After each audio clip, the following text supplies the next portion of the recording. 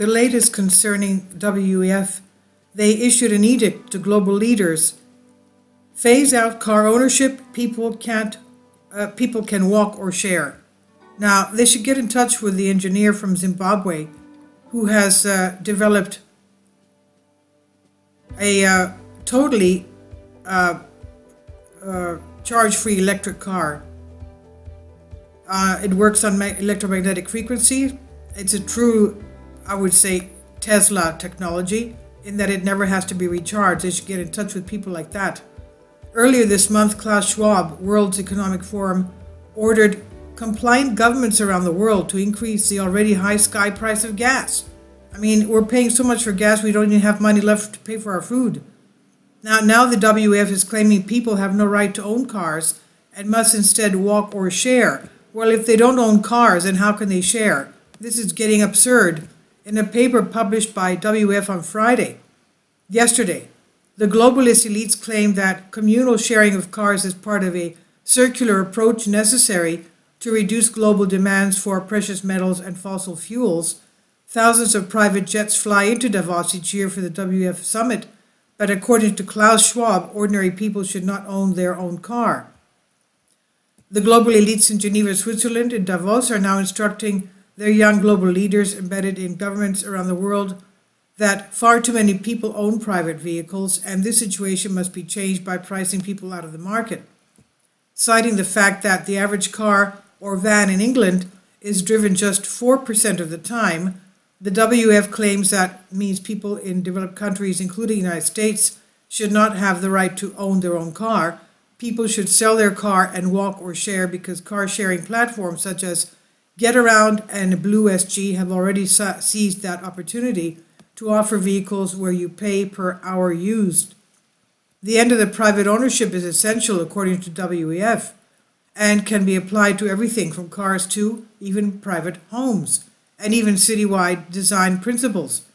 A design process that focuses on fulfilling the underlying need instead of designing for product purchasing is fundamental to this transition, they say. This is the mindset needed to redesign cities to reduce private vehicles and other usages. Part of the circular approach appears to be driving already sky-high gas prices even higher. In an article published earlier this month, WEF issued a call to its legion of young global leaders stating the gas prices we are experiencing in 2022 are not high enough. As though ordinary people aren't suffering enough pain at the gas pump, Klaus Schwab is claiming the current prices are severely underpriced.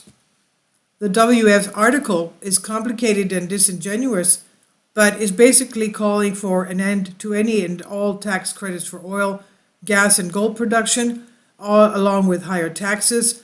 This idea is not new. Basically, it's the same idea as pricing fossil fuels based upon their carbon content. The result would make gas an unaffordable luxury for the vast majority of the population. There are 3 more provisions on the WEF website, all of which would massively increase the price of fossil fuels across the board. The WEF justified the statement saying, by delaying a clean energy transition, leading democracies are making their economies more vulnerable through continued reliance on fossil fuels. Collectively acting to foster the green transition is not only good for the climate, but also critical for protecting democracy. And the key point in Klaus Schwab's latest proclamation is that fossil fuels are presently underpriced. Of course, U.S. consumers are presently paying the market price for these fuels. Apparently, the market price is too low for WEF. And you should see the prices of gas in Europe.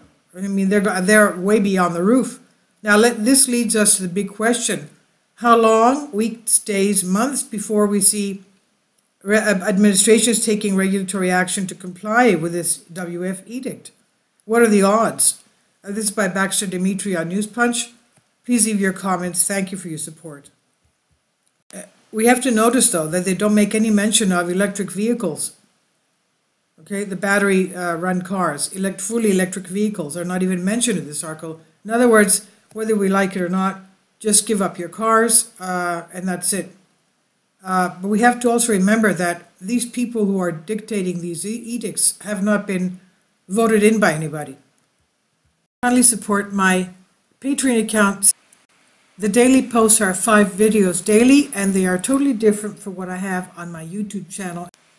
Thank you so much for your support and that you find all my content so interesting. You'll find the Patreon account details in the description box below.